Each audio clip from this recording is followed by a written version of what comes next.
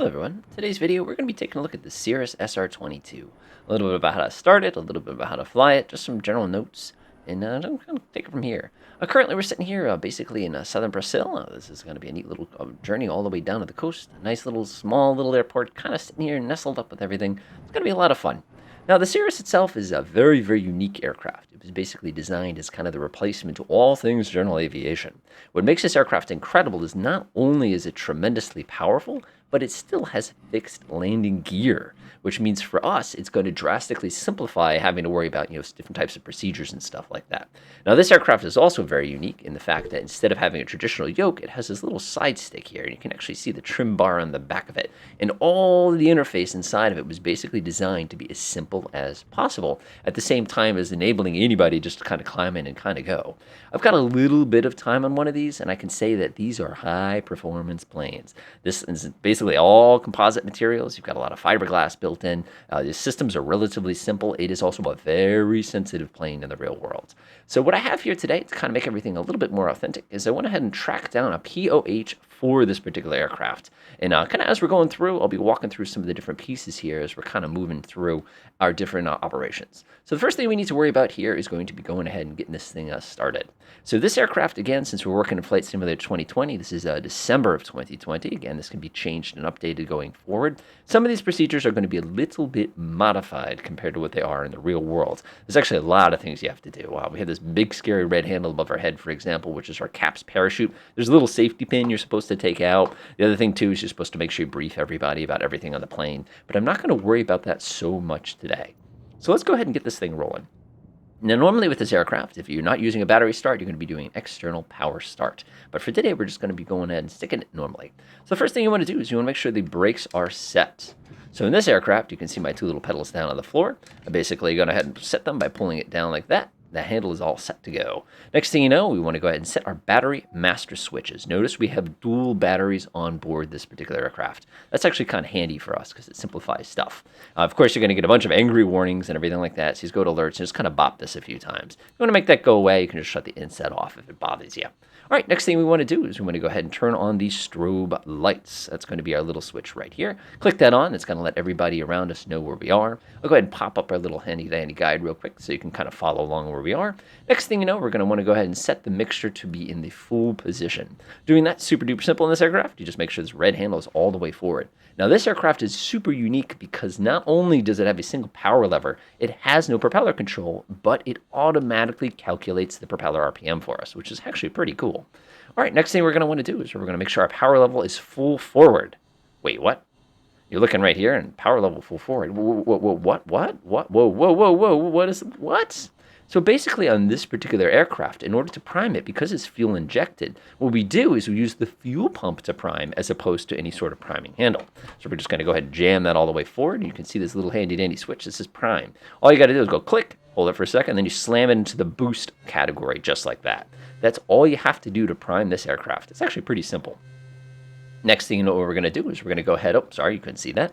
I'm going to go ahead and make sure that, like I said, I click this to prime, then I click this over to boost, so you can go ahead and do that.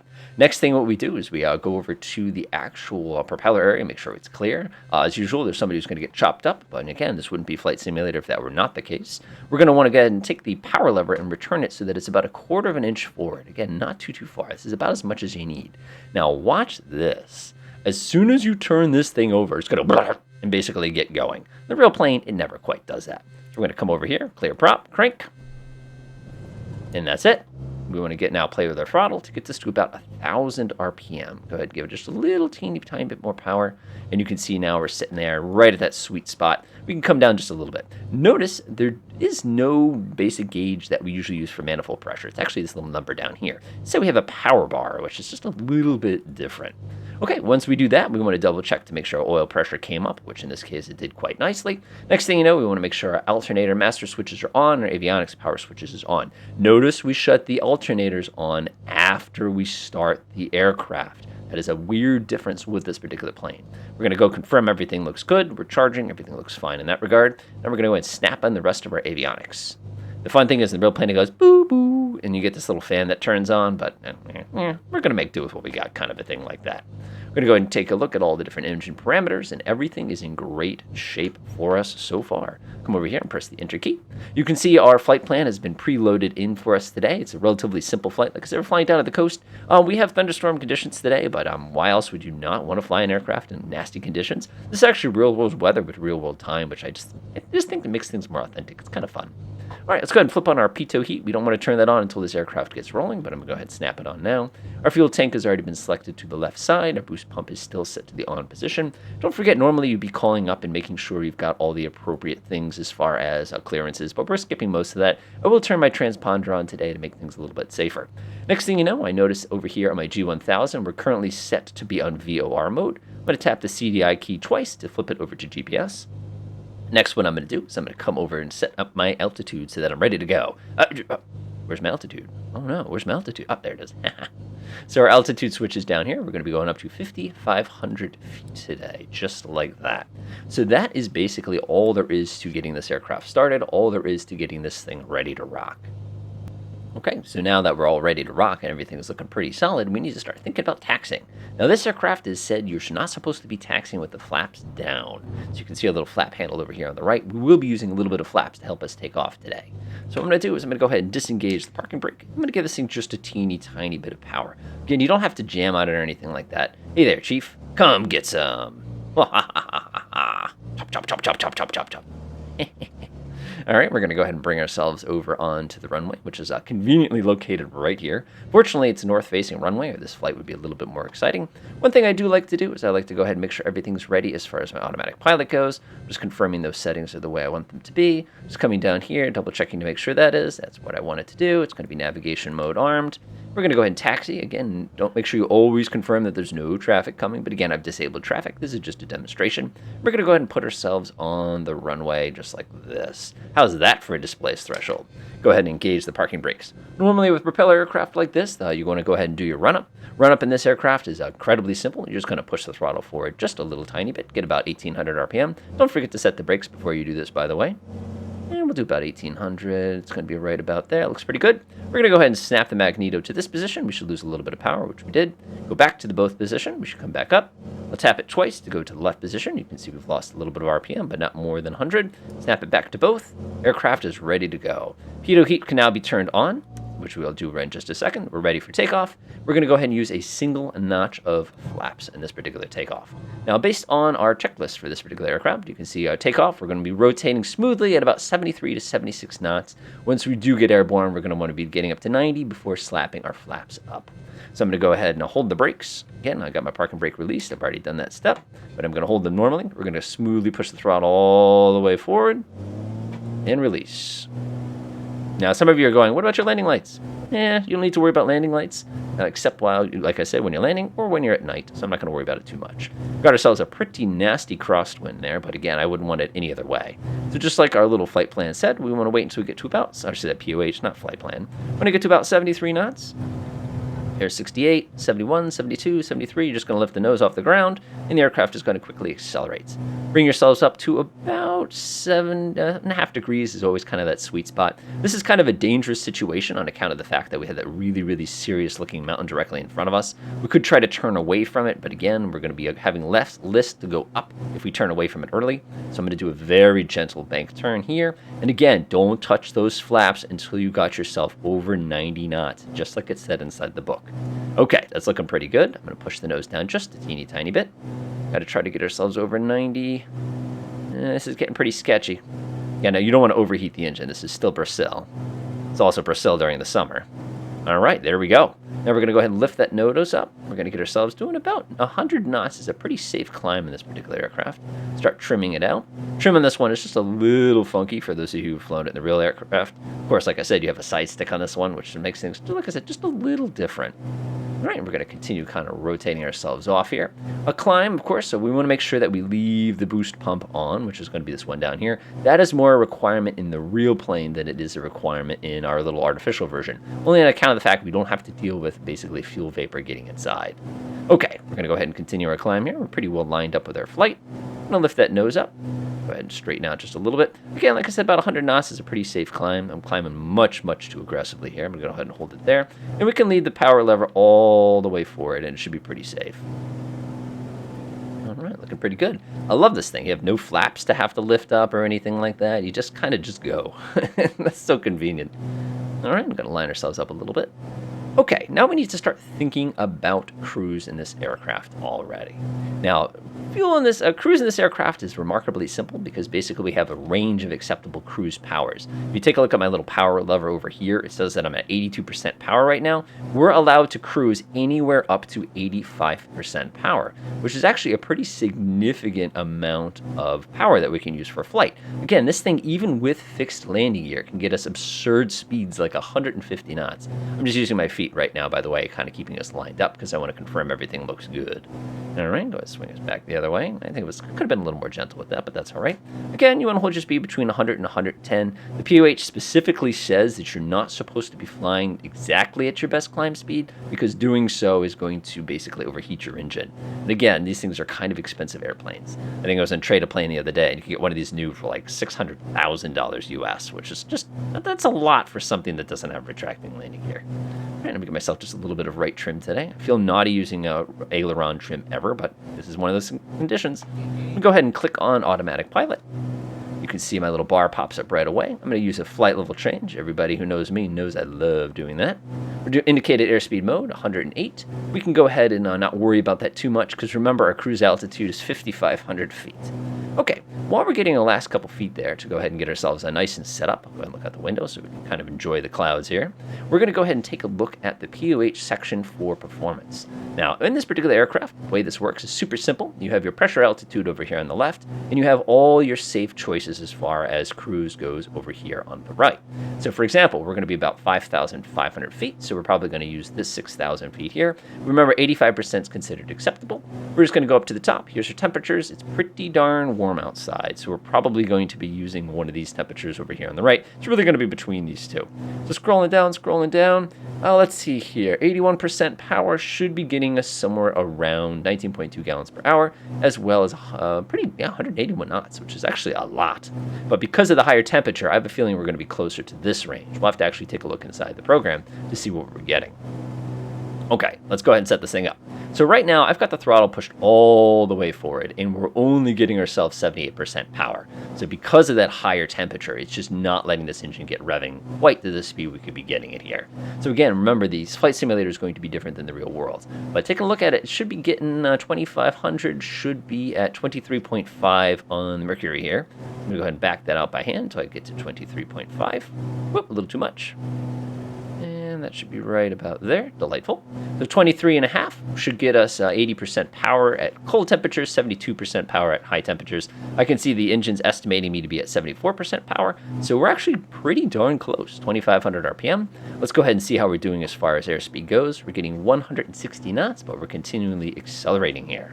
So now, of course, according to the POH here, by the way, if you're wondering where I got these numbers from, again, I'll just kind of highlight this line just real quickly so you can see exactly what I was doing. You can see our actual power is about here, between here and here, so our temperature is going to be in here, and we should be getting somewhere between 177 and 172 knots. Again, that's the real airplane. Who knows what we're actually going to get in the simulator.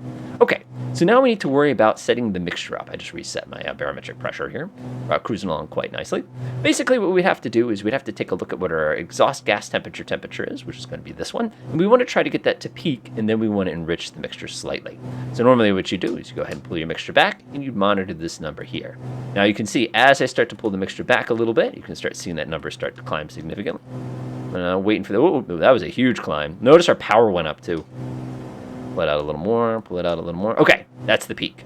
So I pulled that throttle out instead of the mixture control significantly. So now what we want to do is we want to push it in and get this to come down about 20 degrees. So we're looking for about 140, which is right about there. Perfect. So now our aircraft is well leaned out. Our engine's running much too high in power because, like I said, now that we've provided with the correct air-fuel mixture, everything's running properly. So I'm actually going to make a quick little adjustment here. And we are set, and we are awesome. So now what we want to do is we want to come down here and flip off our boost pump. We want to leave that to the off position during any cruise flight. You only need to do that when you're working at really high power settings or you've been kind of chilling for a while. So normally with this aircraft, I'm finally going to go enjoy my view of lovely Brazil here. It's a Again, very dense forest down here. Beautiful little villages, everything kind of all snuggling up in here in the mountains. Kind of looking out the window. Looks like our flight time today is going to be about 12 minutes and 16 seconds, which is plenty of time to fitz around with the G1000 on here. So first things first, I'm going to go take a look at my fuel situation. You can see that I'm using fuel out of the left tank. It's a good idea to leave yourself a timer. The method I was always taught to do is to basically have a watch, and when your minute hand points towards the left side of the clock, to be using the left tank, and when it's to the right side of the tank, use the right tank. But this aircraft recommends, again, picking any technique you want. I actually know one guy who would set it up so that when you run out of fuel in one tank, you just go click and click it over to the other tank and keep going, which is a great way to freak out your aileron trim as well as your passengers. But again, do what works for you. So what I'm going to do is to do the switching procedure. You're just going to set this to boost mode. You're going to go and click this to the right. You're going to count about 10 seconds or so, and then you're going to shut the boost mode off. Again, you're trying to purge any vapor from your fuel lines that can get in your way.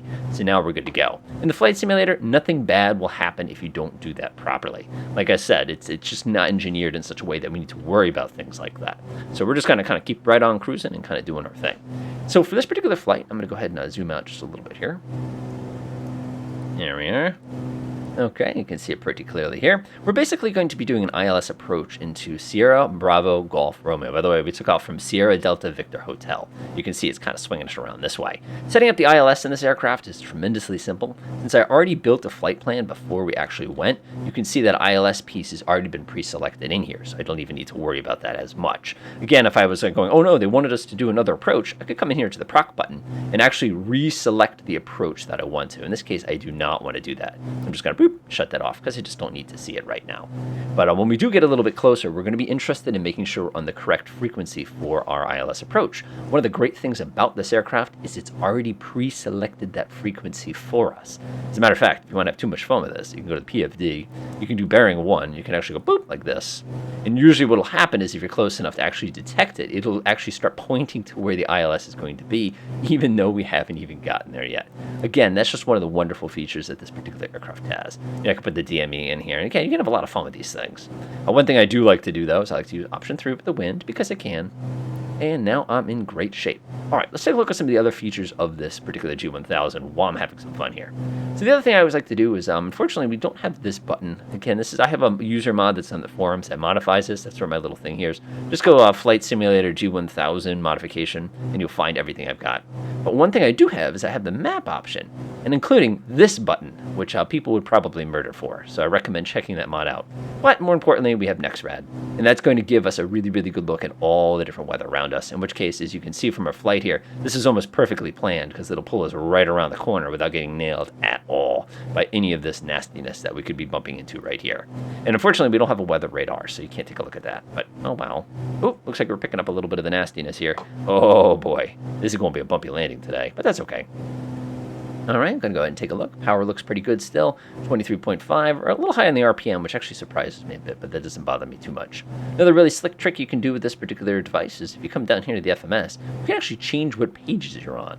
So you can actually go to nearest airports modes, you can go to kind of your main navigation map mode. Again, it's totally up to you what you're trying to do with this particular one. Unfortunately, we don't have the ability to select some of the handy-dandy little features like, oh, I want the nearest NDB or something like that.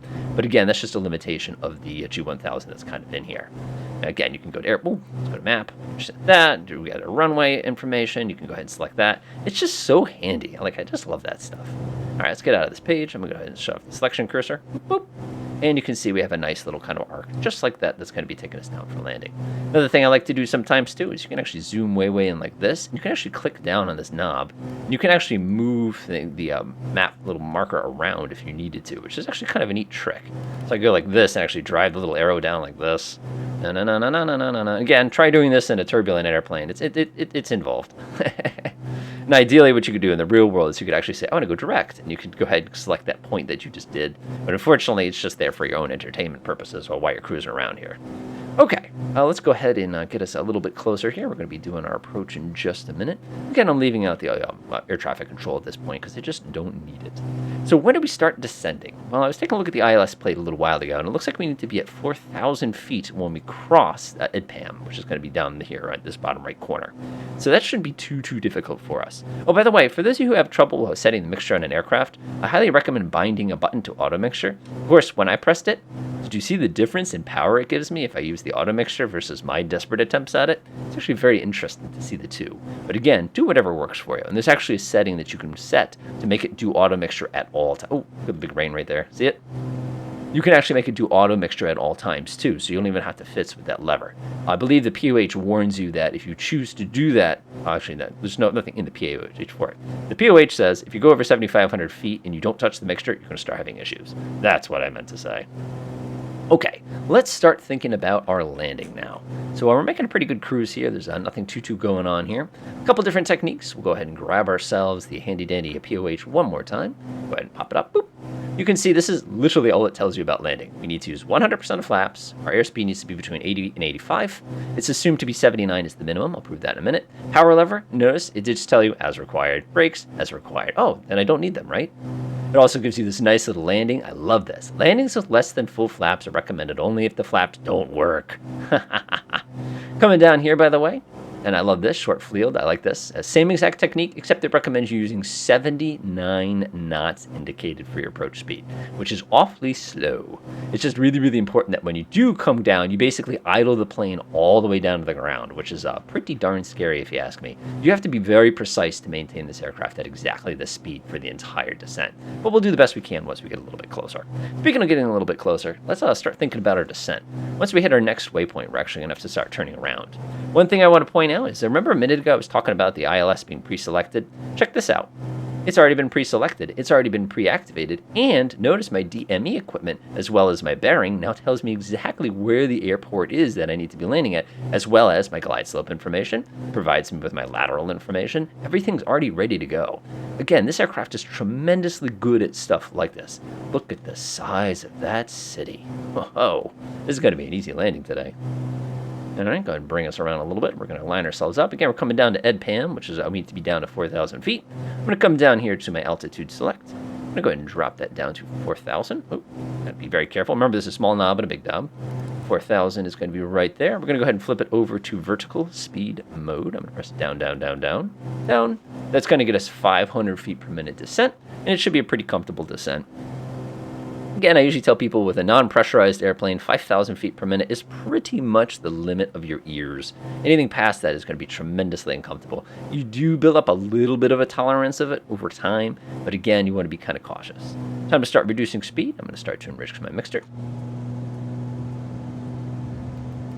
I'm going to go bring myself down a little bit, because I can actually see the runway right there on my right. At any point I want, of course, I can come over here, I can arm the approach. We just go over here and go boop, hit the APR button.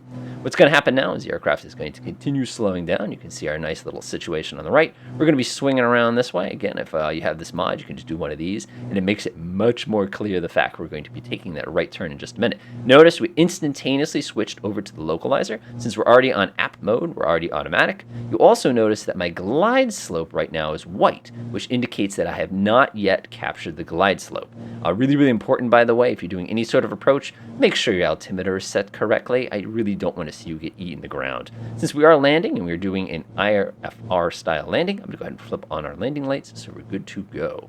We want a little bit wide here, but there's nothing unusual about that. We've got plenty of time to land this plane.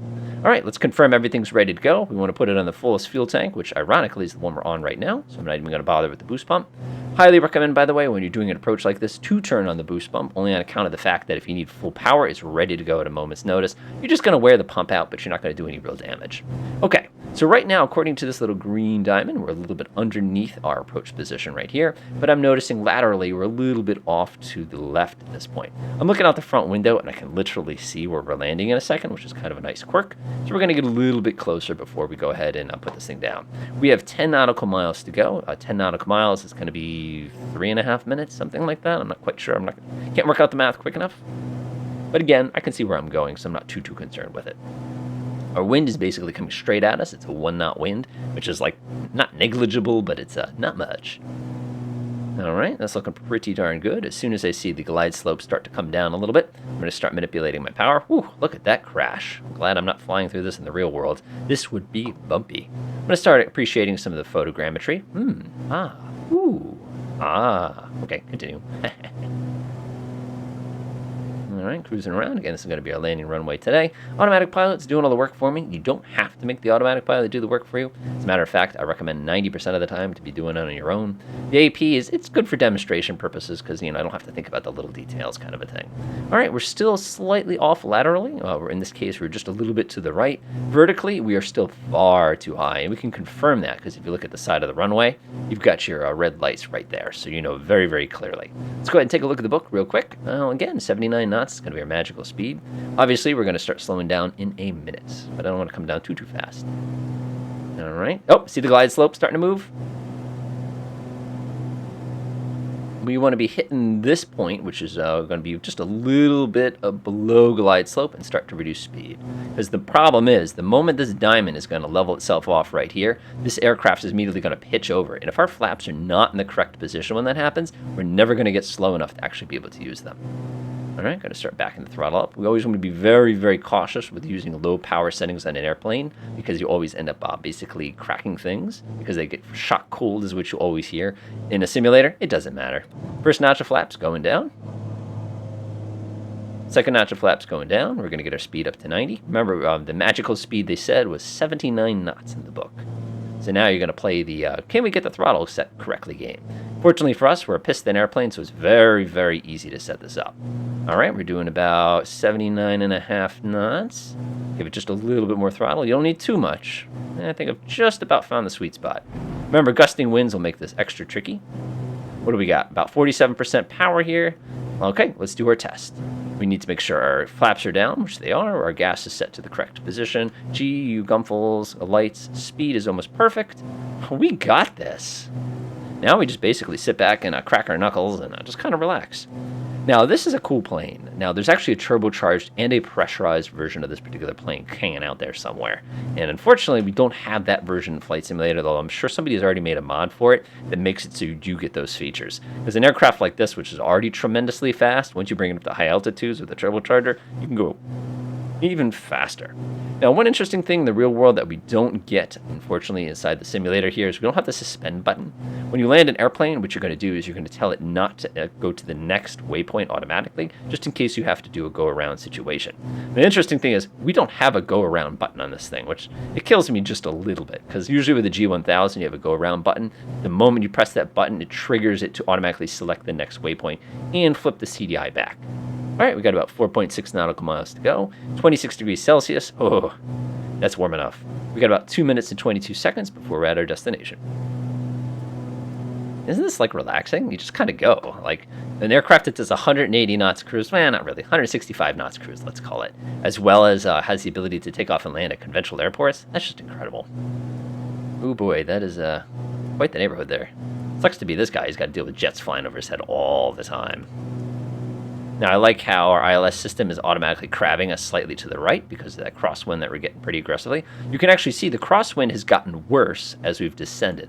That's usually indicative of what they call an inversion layer, which is a bad thing for us. Of course, the temperature's going up, though, so that makes me feel a little bit safer.